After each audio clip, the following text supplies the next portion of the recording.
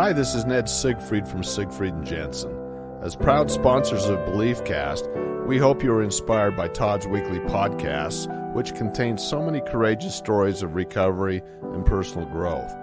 Remember, it's not what happened in the past that matters, it's what happens in the future. We invite you all to work hard and be optimistic about your future. Enjoy today's podcast. Welcome back, everybody. This is Todd Sylvester with the Todd Sylvester Inspires BeliefCast. Thank you so much for tuning in again. As usual, I'm so grateful for you and all your love and support. We're trending on Apple and Google Podcasts because of you, not because of me. It's because you guys are sharing these amazing stories from these amazing people, and today's going to be no different. Today we're joined by Caloni Michelle. Caloni, thank you for joining us. Todd, thanks for having me. I'm excited to be here. Oh, I'm so pumped to have you on, and what a cool name. We were just talking about, I really love your name. I think it's so neat. Thanks. Yeah. I don't know if it's cool or my parents were just trying to make life difficult, because 98% of people cannot pronounce it. Yeah, and the listeners will attest, I usually mess up names. And this one I got right. Yeah, so you get like extra kudo points for this one. I get kudos, yeah. Well, before we get started, I just want to give a shout out to our sponsors, Wasatch Recovery, Siegfried & Jensen, Living Recovery Interventions, First Digital, Mountain West Spine and Orthopedics, Thread Wallets, and the music you hear at the beginning, at the end of this podcast is by my good friend Paul Cardall. He's an award-winning pianist. He's amazing. And so, yeah, I'm just teamed up with some amazing people, and that's why we're doing so well. So I'm so grateful for that. So a little bit about Caloni. She is the go-to personal branding expert and founder of Brandstrom, a personal branding agency. She's an international speaker, serial entrepreneur, philanthropist, event host, and internationally recognized authority on personal branding, which she also does marketing and branding for companies. For company brands, right? Yep. For company brands. She has built noteworthy brands for clients who make less than six figures to those that are making multi-millions, and you've been featured and seen on Forbes, Entrepreneur Inc., Entrepreneurs on Fire with JLD, Nasdaq, Dr. Phil, Tuesdays with Troy, and many, many more. Your mission is to help 1 million people, and probably companies as well, build authority, increase revenue, and impact millions by transforming their personal brands. You're a very impressive person, honestly. I love what you're doing, and I'm just grateful that we get to sit down and chat for a minute. I'm grateful to be here, Todd. I'm grateful for what you're doing, too, and all the lives that you're touching. Oh, thank you. This work is needed. Yeah, thank you. That means a lot, and I'm just, and do you ever pinch yourself like, man, I don't get to do what I love to do? Yeah. Right? Yeah, and it's almost like, how do I do all the things? I don't even know sometimes. At the end of the week, I'm like, how did I accomplish all that? Granted, not just me, but like my team obviously helps me with it. But yeah, it's just like we just get to be us, and people just get to love us for us being us, and then we get to touch lives by just being ourselves and doing what we love to do. Yeah, absolutely. Like I get to come and sit here with you right now. I don't have to sit behind a computer typing away all day. Yeah, how cool is that? Yeah, I feel the same way, and you're doing a lot of amazing things with your company, and I can't wait to talk more about that. And obviously, people who know you know your background, but I want to, for our listeners who may not know you, learn more about you. So why don't we start with, where did you grow up, and maybe a little bit about your family? Okay, we're going to go deep. Are you ready for this? Let's go. Okay. Yes. Okay, so I grew up in California. I lived there till I was 23, but growing up, grew up like super poor, like trailer trash. It was just it wasn't the best environment. There was a lot of like physical abuse. There was a lot of like emotional abuse. We had no money. We were on food stamps. I just don't think my parents necessarily had all the tools, right? Like my generation has way more tools available to us at this point. Right. Mental health wasn't focused on back then, or even emotional intelligence wasn't focused on back then. I think, at least for my parents, they were doing the best they could with the tools that they had. And so, it was an interesting environment growing up, to say the least. When I was 13, my dad he passed away from a heart attack. So that was suddenly. Yeah. And then after that, my mom had to go back to work. And so I really, not only did I lose my dad, but in a sense I lost my mom too, because I never really saw her, and I was just entering my teenage years. So I just wanted to play with friends and all that fun stuff. Right. So did that. just did the whole teenage little, like kind of like a little bit of rebel stage, if you will, right after my dad passed. I won't say it wasn't too bad, but it was a little bit rebellious. Well, yeah, and when you resent a situation, because it had to have been very difficult to lose your dad at such a young age, people would understand, well, yeah, no wonder she rebelled. Even if it was just a little bit, it makes sense, right? Yeah. It's just when your whole world is tossed upside down, but then you don't even have the mentors, the guidance. You have literally nothing to say, this is the direction that you should be going in. Yeah. And it was just me trying to figure it out. Yeah. Figure it out on your own. That's really what it was. Yeah. So when I was 15, my mom got remarried. And a couple months later, so when I had turned 16, I had come home one night with a girlfriend, and it was like a Friday or Saturday night or something. And my stepdad was intoxicated. I'm not quite sure what he was on, but he was intoxicated. Yeah. And he ended up threatening me and my best friend, and we hid like in the closet. Oh, man. And then the next morning, I called this Christian family who I've known since I was 5. I grew up with all their girls. One of their girls was my age.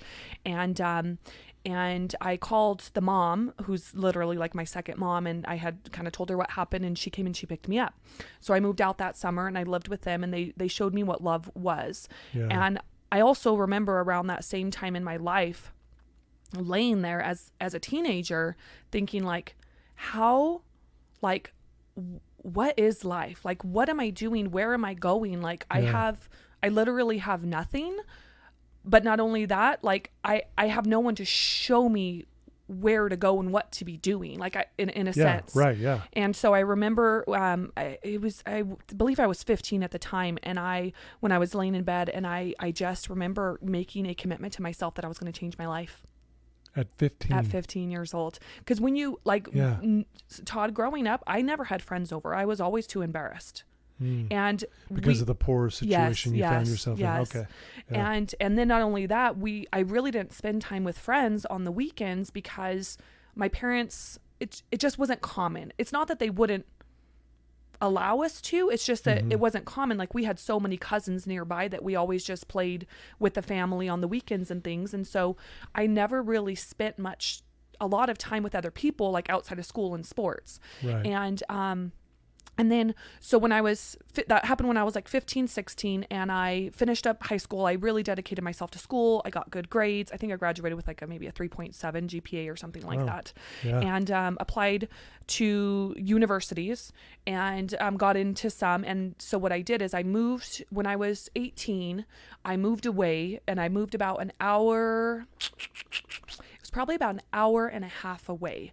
Okay. And so moved there just on my own, got my own apartment, paid my own bills, all the things. And so I started school that August. So just a couple months after I graduated. Yeah. And, when I was going to school though, I literally had to commute an hour one way to the university. Jeez. I was taking a full-time load. I also was working 35 to 55 hours per week, because I didn't want student loans. I really didn't like party or have that typical college life at all. It was school Monday to Thursday, and then work typically Thursday night to Sunday night. And so I just worked. I just hustled, and I just did because my desire for change was greater than my desire to stay the same. Wow.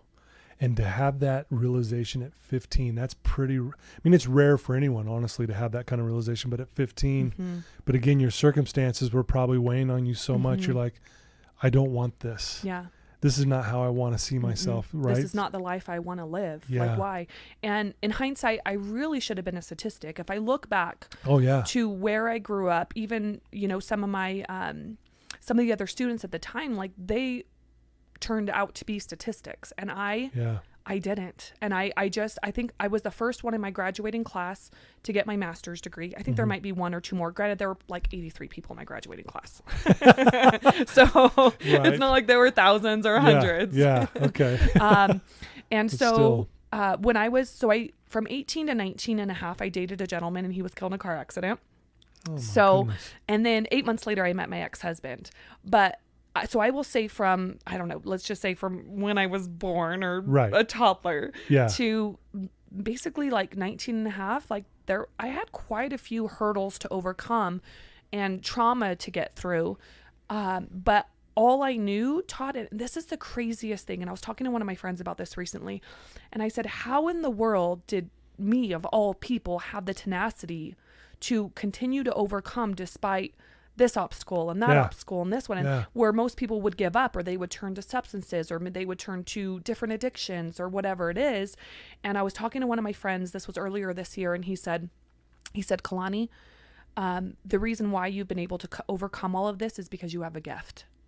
Mm-hmm. And him saying that, even though it, was this year, it really has made me focus even more so on giving back and helping people and having more empathy, because I'm like, if I am able to do this, and I'm not the only one, I'm sure there's millions of us with this gift, but nonetheless, I'm like, if I'm gifted this ability to persevere, to overcome, to lead, and to love people, then I have to share it. Like, I can't be selfish and keep this to myself. Yeah. Wow. And I would agree. And I would also add, maybe, I as I'm hearing I know a brief part of your story, I always tell my clients, life happens for us. You may not see it as you're going through it. I mean, you went through a lot as a kid, really tough times and really difficult situations. But yet, I always say this too, like, adversity is the wake-up call to your greatness. It was like all these challenges was waking you up to that gift, that greatness, or however you want to say it. But and here you are, right? And again, for you to, it just blows my mind though, to have that realization or that awareness at 15. Did you tell anyone about it? Like, was that just an internal thing and you just kind of kept it to yourself, or did you go, guys, and you share it with people, or what? Everybody sit down. Let me tell you about this gift I have. Well, I mean, not even the gift. No, meaning, did you I want to change my life. I'm going to do something different. That's what I meant. Did you? I don't even know. I don't even think I told people. I just did. I just took action. That's all it was. Okay. And the proof is in the pudding, right? Exactly. Like, where people, they were able to see that, were friends that I had, let's just say in high school, I'm still friends with them. I mean, just like we're kind of friends with our high school, some of them. Yeah. But it's just that I was so determined to work hard to create a different life for myself that they just saw that. So it wasn't even that I had to tell them. They just saw me working my butt off to do those things. And so no, I never really did. But I had a couple of people that helped to guide me, and even if they weren't necessarily trying to mentor me in a sense. The family that I had told you about, they showed me what love was, where growing up, I never felt loved. And it's not that my parents didn't love me. I just either they didn't know how to show it, especially, let's just say my mom, or they didn't show it in the way that I preferred to receive it. Right. And so I don't know what the answer is there. And so they showed me love. And then when I had almost graduated high school, I was blessed with a really, really, really good serving job at a fine dining restaurant. And I worked there all throughout my undergrad. And that's how I was able to pay for my apartment, pay for my car, pay for my tuition. I was literally able to pay for everything because of this job that I had gotten.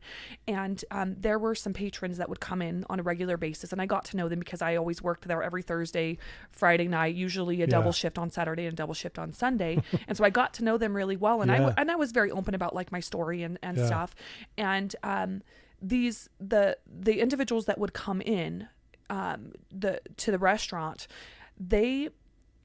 growing up, money was bad. Money didn't grow on trees. Rich people were bad. Rich people were greedy. All those stories. For sure, yeah. And they showed me that they didn't just tell me, they showed me that money is great. Money can do great things if it's in the hands of the right person, right? Sure. That rich people aren't greedy, and these affluent individuals that would come in, they loved me, and they cared about me, and they asked about my life, and they asked about school. And when my ex-boyfriend had died, we had both worked at that same restaurant. Some of them had known that we were together, and just the amount of love and support that they gave me, it just they were all mentors in a sense, even though one wasn't necessarily directly my mentor. Some of them were invited to my wedding. to my to my college graduation. Yeah. And so they would give me advice on things, or advice on school, and advice on money. And that's awesome. I just absorbed the information, because I was like, this is more of the life that I want to live, where I can afford the things that I want to do, but I can also afford to be able to give back to other people in ways that maybe weren't necessarily like bestowed upon me when I was younger, but people did give to me, but in ways that I could just give to those in need. Yeah. Wow. Very well said. You know, you're a very confident and positive person. Is that something you've kind of always had as well, even as a younger girl, or did it kind of build over time, or, you know, how was that? Oh, that's a good question, Todd. That we can go multiple ways. I don't know 100%. Because when I met my ex-husband when I was 20, and so I'm 35 now. Okay. And the divorce stuff was more so last year. It kind of started a little bit, and almost 2 years ago was when things started to go downhill. And so it's kind of the end of 2020 and then beginning of 2021. I will say that my ex, we're on great terms. He's one of my best friends. He is the most positive, honest person I've ever met in my entire life. He really is an amazing man. And I think that being around him for so many years taught me just to be positive and focus on the positive. Okay. And not only that, in terms of focusing on the positive, but I saw how happy he was as an individual, and it just rubbed off on me, where it's like, I want to be happy. And throughout our entire marriage, we never had, let's just say, like the trauma or the obstacles that I think a lot of marriages go through. We didn't have that, because we never really struggled. We never struggled with money.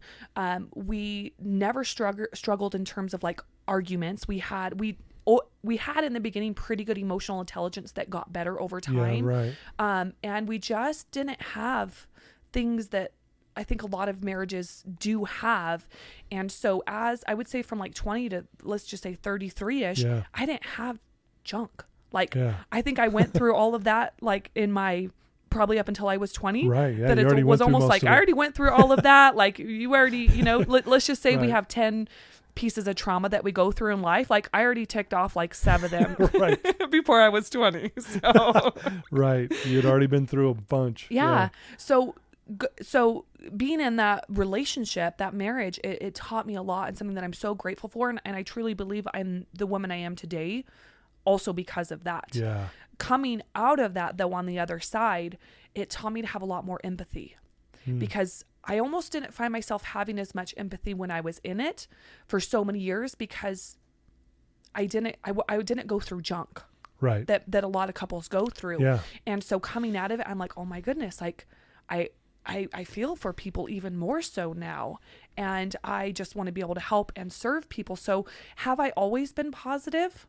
Probably not. I was a lot more pessimistic, let's say, prior to 20. Prior to all that, and then I learned to be positive. And then even coming out of the divorce, I'm just like, it's almost like I'm still evolving into this next version of myself. Yeah, right. Like I can't say I'm fully there, but I'm even more positive and more happy and just more of the person I want to become, because life is what we make it. It really is. For sure. And we can make it to be a bad one or a depressing one, or, something where we numb all the time because we just can't sit alone in our thoughts and our emotions.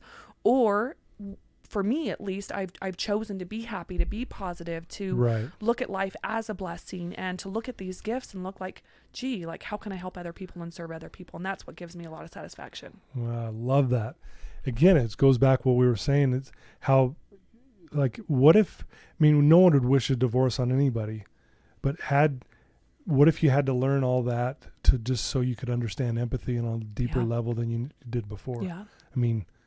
Life happens for us. It happens for us. It's hard to see it when you're going through it, but you can look back and go, man, look what I learned, all these little lessons that have truly made me who I am today. Yeah. And like you said, you're still evolving and growing, and which is a beautiful thing. Well, and I was just talking to my ex about a week ago, and we were talking about like how the divorce it's a blessing. Although it was terrible and painful to go through, not terrible in the sense where we were awful to each other. Right. We were never awful to each other in it, going through the divorce. But we were talking about like, wow, like how much we've grown even in the last year, and how much more we understand people, how much more we have realized like what we really want in life, because we kind of severed those ties, if you will. Right. And now we are free to experience what we want to experience to be able to become that next version of ourselves. Yeah.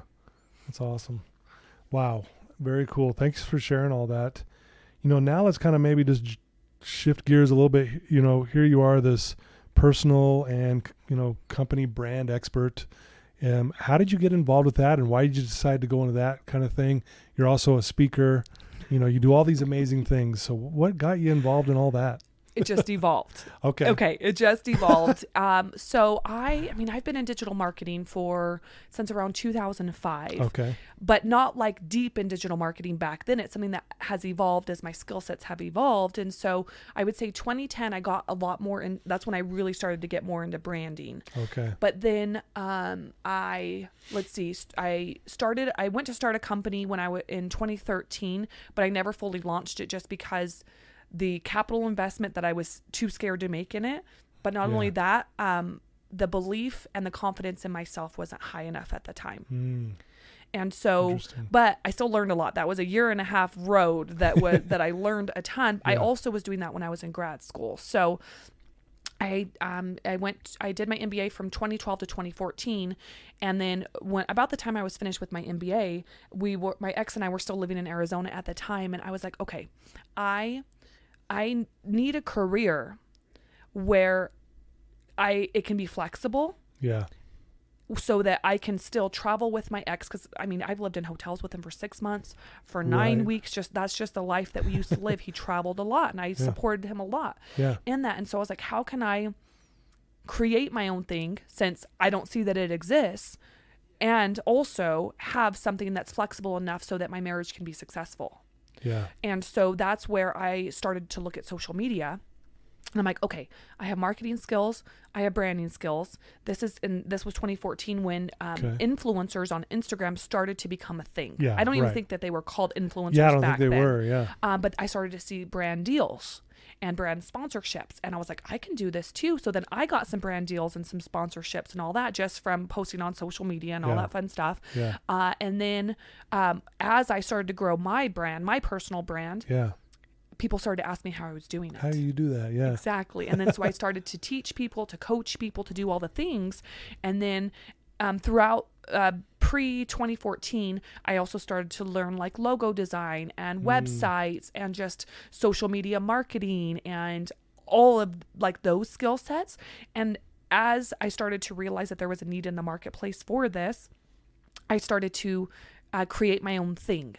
And so then I started to build a team, and then I was like, I'm on to something here. And then I created the agency. And then from there, literally each year, we have just expanded our capabilities. It's almost like the more I do with my personal brand, the more I then go and add it to our capabilities and then teach other people how to do it. So it literally has just evolved over time. And we've also been doing marketing, so high level marketing like fractional CMO work and branding for companies, kind of more behind the scenes, because a lot of times, most of the time, these personal brands that we're working with, they also have company brands. Right. So then we help them with those too, because it's a very similar process. Right. Yeah. And so that's kind of how this started to evolve. And then I started to host events. I want to say my first event that I hosted was probably 2018. Okay. So started hosting events, and literally the reason why I started hosting events was because the kind of events that I wanted, they didn't exist. If they did, they weren't here local, or I couldn't find them. Yeah. And I'm the type where I'm like, hey, if I want something, I know I can't be the only person that has this need. I need to create it, so that not only do I selfishly, in a sense, get to partake in it, but then everyone else gets to come and enjoy it too. And so that's what I started doing. And then speaking, the same thing. And especially say workshop style, trainings, I can just go and teach people about branding and marketing. Wow. And then being interviewed on podcasts, and literally it's just evolved, and it continues to evolve. Yeah. Well, and again, when you're really passionate about what you do, people want more of that. So that's when they go, hey, will you come speak to our group? Will you come do this? All these doors start to open up, right? Because again, you're a very passionate person about what you do. You can just tell by the way you're talking about it. You kind of light up.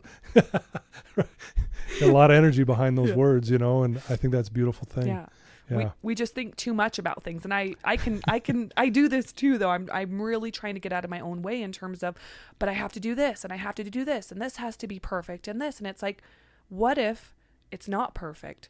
Yeah. And what if I just execute? And then what if people just like it? Yeah. And it always works out, Todd. Like it really does. Even if something is a failure, to me, failure and success are on the same path. Yeah. It's just oftentimes we hit those speed bumps for failure more so we can evolve into the individual that we need to do to be able to become successful. And successful could be in multiple areas of life, right? I'm not just talking about business or financial success. It's all areas of life. Wow, that's beautiful, man. You've been featured in a lot of magazines, and you've been on shows. Like you said, you've been on podcasts, and we're grateful to have you on mine today, which is amazing. You know, you're on a mission. You want to help 1 million people and probably 1 million companies build their brands and show. Well, that's a pretty lofty goal. Yeah. How's that coming? It's coming. Yeah? It's coming. I don't know when I'm going to hit it, but it's coming. I think that most of society, or I will say all, we all need hope in something. Yeah. Right? And this is for a lot of people where like religion comes into play because it gives people hope that's outside of themselves. Yeah. And I would say, and Todd, you can, correct me if you think differently or whatever it is, but most people, they don't know how to find hope within themselves oftentimes. Yes. And so it's just like, how can I create something that for myself that gives me hope, right? And so being able to impact 1 million lives, it's gives me something to work for, because I'm the type of person that if I become stagnant, I get bored. Right. And then if I get bored, then I'm like, well, I don't feel like really doing anything. And so for me, like, I love having projects on my plate. I love having goals. I love having a big vision, because that's what grounds me. And on the days where I don't feel like showing up, or the days where I just want to lay in bed, right? Yeah. When I know what my why is and what my purpose is and what my big vision for my life is, that's what keeps me going. Yeah. Wow. Hope. And yeah, you're right. I totally agree.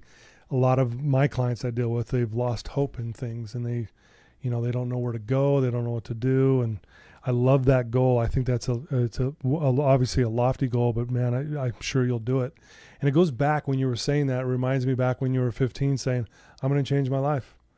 That was a lofty goal. Yes. Because look, you should have been a statistic, like you said.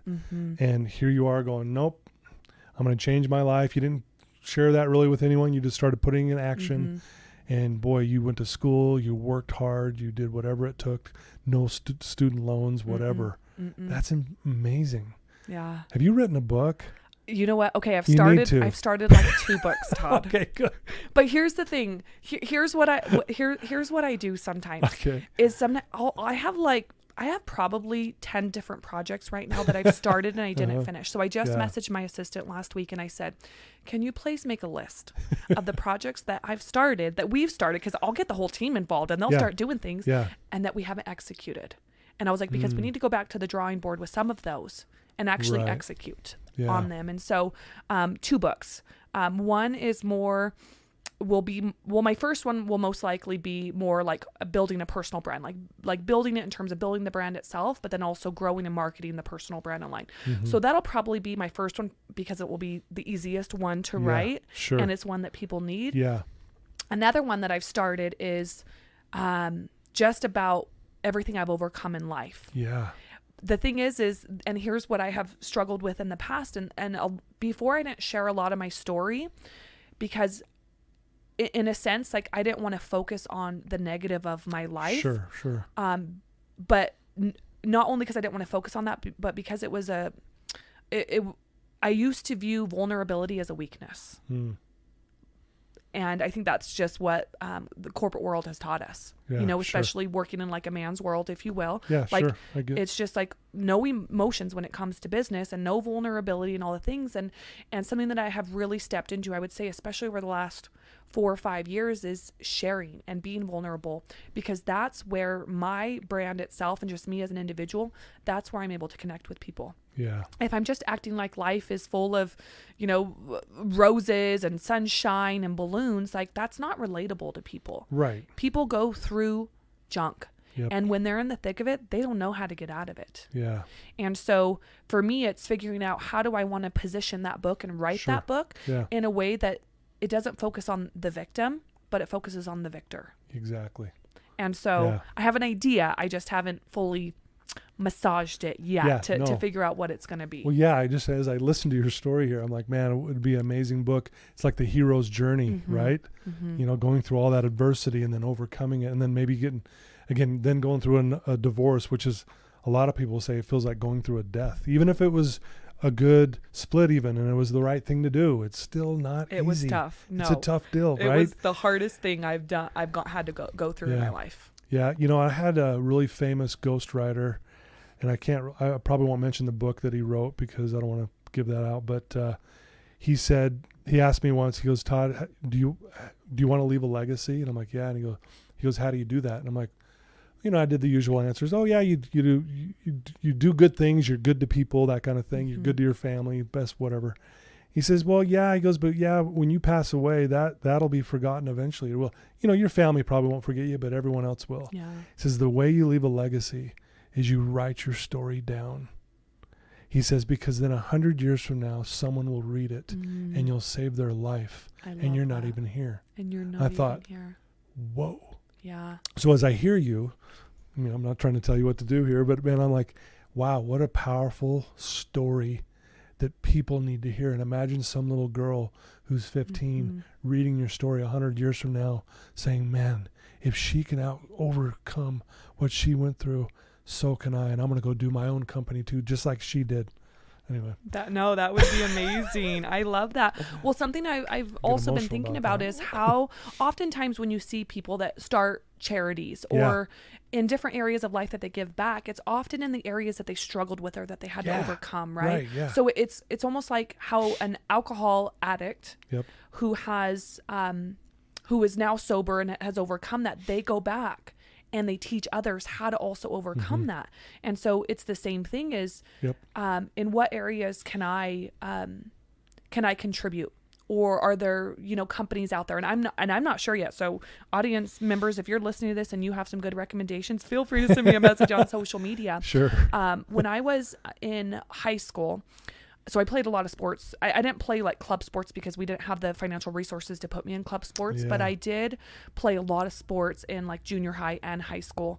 And my freshman year, I played soccer on varsity. Oh, okay. And the coach bought me my cleats.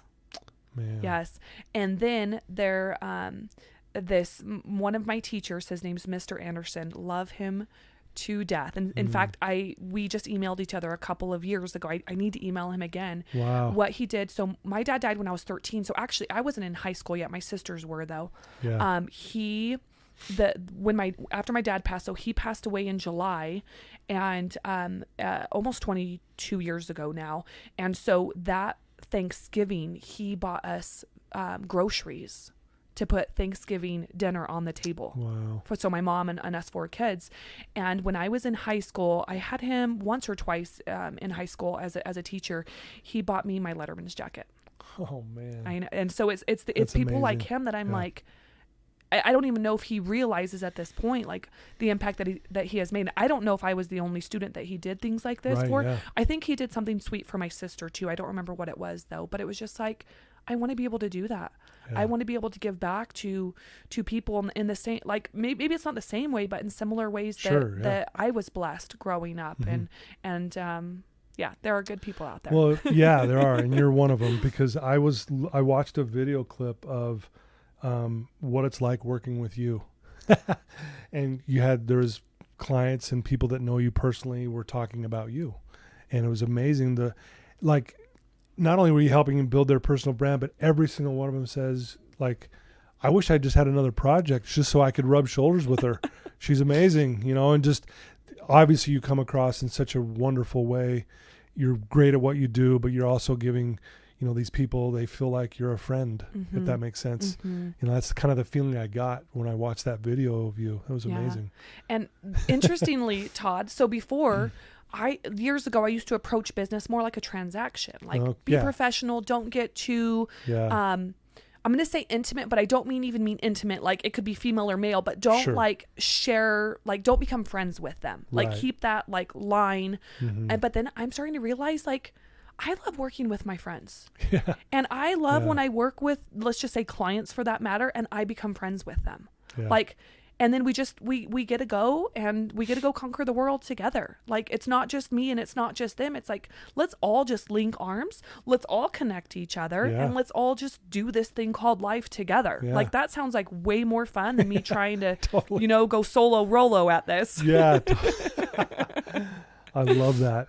You know, like I said, a lot of people were talking about what it's like working with you. How would you answer that? What is it like working with you? Oh goodness. What is it like working with me? I would say very like positive and uplifting, and I try to make things a lot of fun right now. I'm in very much like a fun stage of my life. Like if it's not fun, I don't care in what area of my life, like I don't want to do it. Don't want to mess around with it. And so I will say that, but also I'm very like detail oriented. I'm very much like I get things done. I make sure that the team gets things done. So on one side, I'm fun and happy and playful, but on the other side, like I'm like, all right, chop, let's get this going. Let's get it done right. And so I kind of bring both of those facets to what I do. Yeah, I love that. Yeah, you know, and again, that's the way you come across. I think it's the way you carry yourself. And I think that's why I asked the question is, you know, have you always kind of been like that? But again, overcoming what you've been through. So what are your plans with this? Obviously you want to hit that goal, you know, helping 1 million people. What do you have other plans in mind that you could share with us? Like other things you want to do, or have you found your wheelhouse and you're going to stick with this for the next however long? I don't know if I'll stick with this forever, and not because I don't love it, right? Just because like, there's more to life to explore. Yeah, right. Yeah.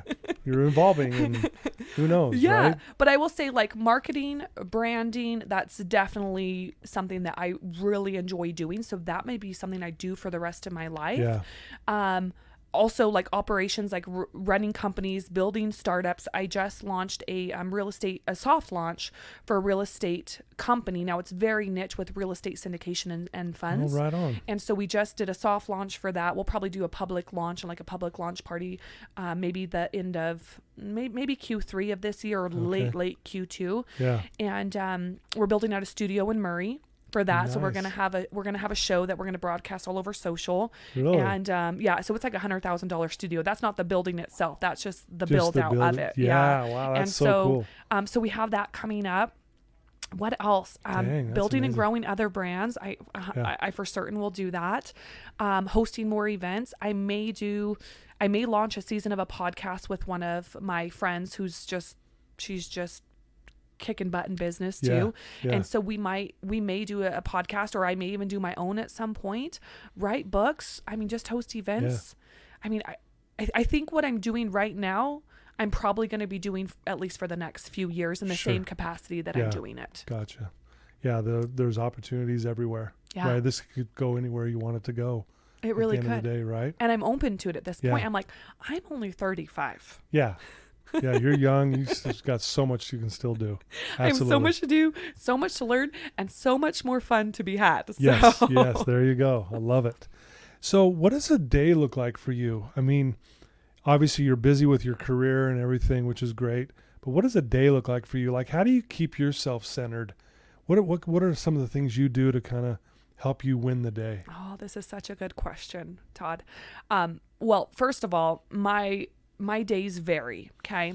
I try to be a little bit more structured and have kind of more boundaries on myself, if you will, at least Monday to Thursday, where it's a lot of work.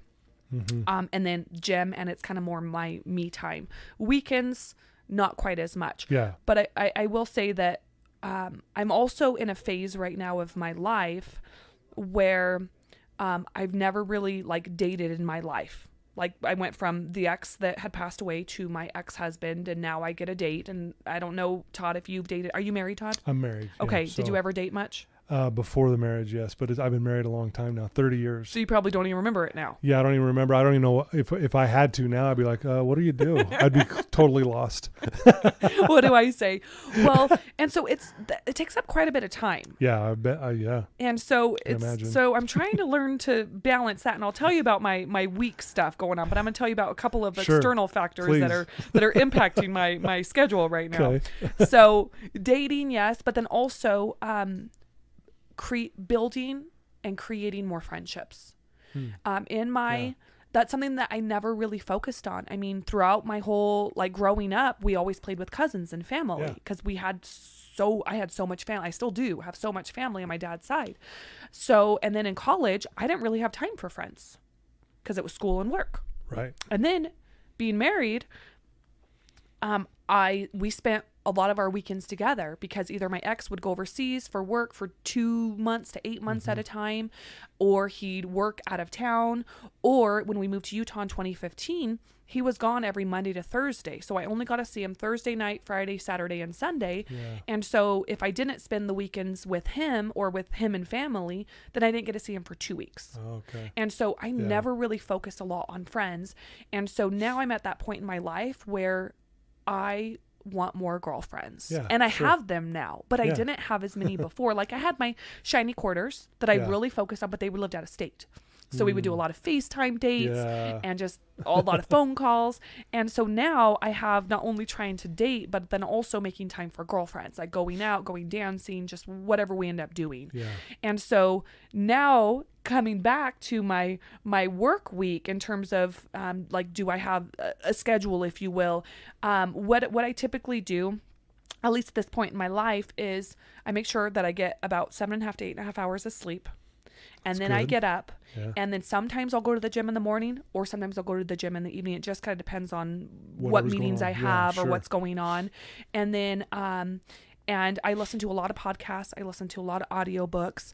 I don't set my alarm at the same time every day. I don't necessarily read every day. At this point, I'm not super strict on myself when it comes to that. That's good. But I do tend to be pretty high functioning in terms of I'm always learning and growing and things like that. But the things that I do is I really try to take care of myself. So the weeks where I feel like I'm out of balance, right? Or I'm just not centered, or I need to reprioritize what's going on in my life because maybe I'm hanging out with my girlfriends too much, or maybe I'm just doing something too much. And what I'll do then is often I'll do meditations. I'll sit down and I'll read. I do journal a couple times a week. I don't journal necessarily every day. I will go for a hike. And sometimes it's only a 45-minute hike. Yeah. Sometimes I'll go on a hike and I'll just sit there and enjoy the view. And it really helps me come back to center. So I don't necessarily do all the things to make myself feel centered that I had just mentioned before in terms of the self-care. Yeah. I do them more when I feel like I need them. I feel like I'm very in tune with my body. So listening to what your body's telling you. Yes, I feel like I'm very in tune there. I love that. So when I get to the point where I'm like, something just doesn't feel right, or maybe I'm just not the clearest at making certain decisions because I need to reprioritize all the things that are going on in my life, that's when I come back and I really focus more on the self-care things. But I don't necessarily do those things every day. I might do small little pieces of it, like take a bath or read or journal, but it's not something I really do every day. But then I also go through spurts where it's like, okay, Caloni, it's time to refocus now. And that's when I will really like hit it hard and do those things. So it really, I just listen to what feels good, because I feel like the more strict I am with myself, and then I don't hit those goals that I have each day, guess what that does? It lowers your confidence. Every time you don't keep a commitment to yourself, it lowers your confidence. So for me, and what works for me is I'm like, you know what? I'm going to go with what feels good, because I know my big vision. I know where I'm going. And now I just need to make sure that all these small little things that I'm doing, whether it's daily or weekly, line up to get me to where I ultimately want to go. Yeah. As you're saying this, I'm like, I wish I was like that. What do you do, Todd? It goes back to, so I was a drug addict, alcoholic for almost 10 years. Oh, I've been clean for I didn't 32. know that. Wow. And I have this all or nothing mentality. I've had it since the day I was born. I'm still that way. And I'm one that needs a little more structure. I get up at a certain time every day. I do my morning routine, I kind of, and if I find myself not doing that, I'm like, oh my gosh, I feel like I'm out of sorts. But it's definitely more healthy the way you're talking about it, honestly, because I'm not so black and white anymore as I used to be. I'm getting better, but I still wrestle with that. But yeah, my morning routine, I call it my morning meds. I have to have it. It's like, I need it. What do you do for your morning routine? Well, so like 10 things? Check them off. So I get up at 4 a.m. Wow. I get ready. I set my intent for the day the moment I pop out of bed. So whatever that may be, and I say it out loud. I go to the gym. When I'm done at the gym, I shower, have my protein shake, and then I do it with this thing called my hour of power, where I'll set my intent again. I've created a personal declaration statement that I read out loud, and then I imagine doing my personal declaration statement with just imagining it. And then I read from this book that you can see right here. It's called Mind is the Master by James Allen. And it's like 3 inches thick. It's huge. I think that's the biggest book I've seen. It took me 6 years to read this thing. Oh my gosh. And I'm going through it a second time. And the highlighting, yes. And anyway, so I'll read a half hour from that, and then I'll spend 10 minutes in the silence after I'm done reading this. And I've got some meditation music that's going on, but then I shut everything off, including my phone, for 10 minutes and just listen. And then I'll write an appreciation letter to someone to give it away at the end of my hour of power. So I do that. That's every day. I do that 4 to 5 times a week. Oh, wow. Consistently. I've been doing that my mentor taught me this 30 plus years ago. Wow. And it took me a minute to get into the habit of doing it, but for me personally, it's been like a game changer. Yeah. Well, have you read the 5 a.m. Club? Yes. Okay. Oh, yeah. Very similar. Yeah. And you know what? I read that and I was like, I'm going to do it. And for me, Todd, I am just like naturally driven where I get things done. And so for me, I personally don't need like a schedule or a checklist to tell me to do these things. Like I just do. Yeah. And then when I feel like I'm kind of out of whack or out of balance, then that's where I come back to center. Yeah. And that's just what I have learned that works for me. Yeah. Like another example, I don't listen to a ton of music, but this was maybe about a month and a half ago. I was kind of having like a couple of down days. So I've never been one that struggles with depression. That doesn't mean I don't have like depressed days or down days. Don't get me wrong. Right. But I've never really struggled with anxiety and depression. And, I was having a couple of down days about a month and a half ago, and I just wanted to listen to music that was almost like, it's not that it was depressing music, but it kind of, it placated to my emotions. And I thought to myself, I'm like, you know what? I need to change my emotional state. And in changing my emotional state, that's where I put on podcasts, like very inspiring podcasts, say like Ed Milet and some of those, because I knew that those, even though I didn't really want to listen to them, I knew that if I just made myself listen to them for like an hour or an hour and a half, that it would start to change my emotional state. And it did. And it did. It worked. Yeah. And I'm like, had I just listen to music and placated to that, it's like, maybe I would have had a down week. Yeah. Or multiple down just days. Feeds it. Yeah. But I was like, music's powerful. I was like, I'm not going to do that. I'm going to change my emotional state. And that's what I did. And so that just comes back to like where I feel like I'm pretty in tune with my body and what I'm going through and kind of what I need. And if I need to get back on track, then I make myself get back on track. Yeah. I love that. Very impressive. I love that. Change your emotional state. And we have the power to actually do that. We do. So those of you listening who maybe having a rough time, you can actually change your emotional state, whether it's a good podcast, positive uplifting music, a good book, that kind of thing. Yeah. Working out, going for a walk. I mean, we can do all kinds of things It all to help helps. us in that, right? Yeah. Or even like some weeks, Todd, let's just say if I feel like it's a down week too, Mm-hmm. I'm like, I'll look at things and be like, okay, well, have I journaled lately? Have I meditated lately? Have I moved my body? That's a really, really big one that I've noticed. Yeah. And I'm not even talking about going to the gym and doing a crazy workout. It could be just a 20-minute walk. Yeah. And all of those things, it really helps me to change my emotional state. So yeah, for any of you that are listening, I would say if you're kind of going through a period where you're having, whether it's a depressed week or a down week, look at some of those things. Look at, like, do you journal? Get your thoughts out on paper. For me, that really helped me. Let's just even say with the divorce stuff, to really be able to process my emotions and understand them, though, because oftentimes when we experience something in life, it could be little, but when we have an emotional reaction, it's, well, why did that happen? Or what caused that? And what can I do now? Not just sit in those emotions, but yeah, this happened to me, but now because of that, what do I get to go do? Yeah. And so there's ways that we can really, really help, like, influence what we're thinking, what we're doing, like the stories that we're telling ourselves in our head, but we have to be conscious about it. Yeah. Wow. I love it. Great advice. One of the questions I usually ask towards the end is, if there's someone struggling, listening to your voice right now, what would you tell them? And what you said was beautiful. Would you add anything to that one person right now who is actually in that dark place and they're listening to your voice? You know, what would you add to what you just said? Because I agree with you with what you said. I think that's wonderful. Yeah. I'll share something right here, Todd. And I'm not sure, now this is adding to it in the sense, but think right now, when I was going through my divorce stuff last year, and I don't have kids, right? So it's not like a lot of people, once they have kids, their why becomes their kids, right, or their why becomes their family unit. And that's why they work so hard. For me, I don't have kids. Yeah.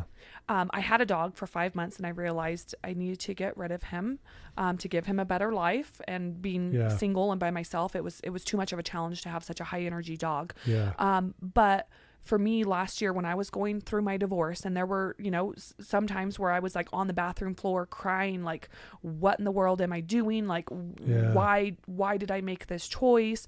And just all the things that come with divorce. And I remember laying on the bathroom floor, and I remember thinking, like, why would I be given all this pain right now? Like, why?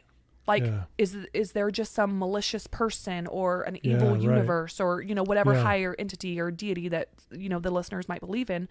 Why would this? Like, is there really someone that nasty out there that wants me to suffer in pain? And for me, I really don't think that's the case. I think that the suffering is what teaches us some of the best lessons in life. Yeah. And if it wasn't for the dark days, we wouldn't appreciate the light days so much. I love that. Right? Like if it wasn't for the rain, we wouldn't have the rainbows to appreciate. And so for me, when I was laying there during those hard times, I'm like, this can't be it. Yeah. This literally can't be it. And so I going through that divorce taught me that I'm here for a greater purpose than for myself and my own selfish desires and my own selfish wants. Because if I'm here just for those, then I'm just going to suffer. And that can't be why we're here on earth. That can't be why we have this beautiful life. Right. And so for me, I'm like, you know what? No, like, I'm here as a vessel to help other people. And so for those of you that are suffering right now, like, truly ask yourself, do you really think there's a higher deity, a higher power, a higher universe, or something that would really, like, just want to see you suffer? Or are you going through these hard times so that you can become that next better version of yourself? Dang. Wow, that's powerful. Powerful.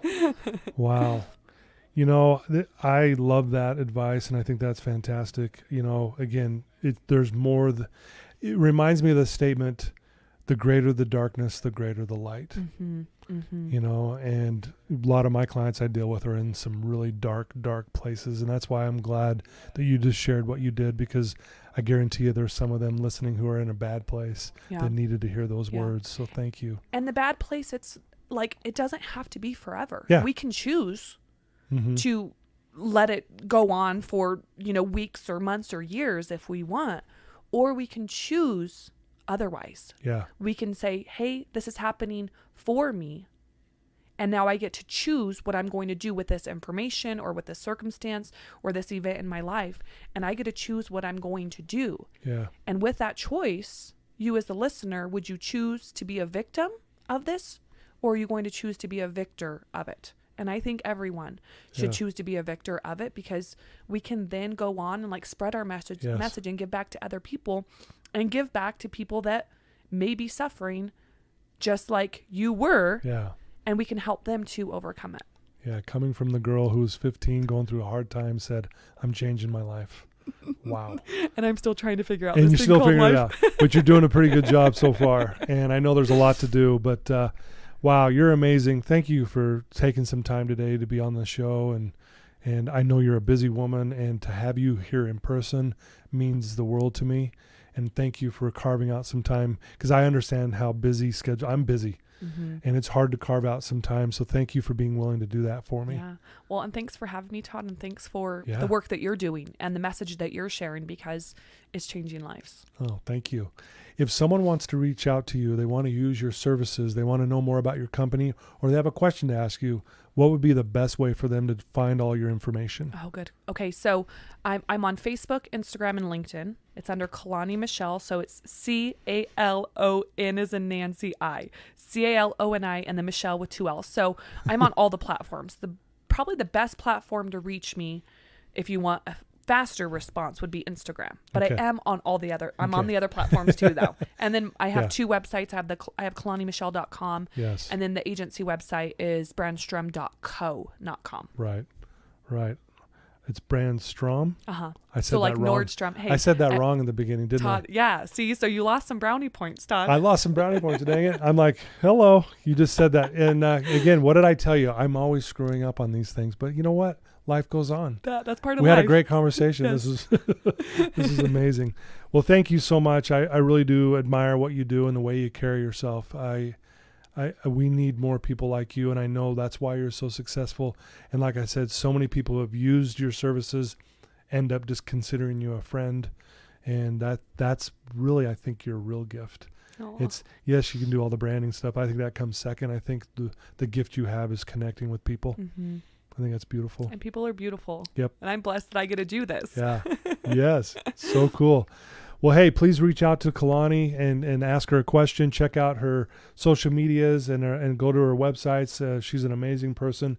If you have something, an idea you wanted to brand and you want to get out there, talk to her, and she can either help you or she'll lead you down the right path. And so thank you, for tuning in week after week and sharing this. If someone you know who's struggling, if you have a sister or a brother or a cousin or whatever that's struggling, share this episode with them, and this will uplift them. It'll give them hope, as you so well described in your story today. And we all need that. Yes, we all need some hope. So here's to hope. Cheers to hope. All right. Love you guys. Thanks for being here. Till next time.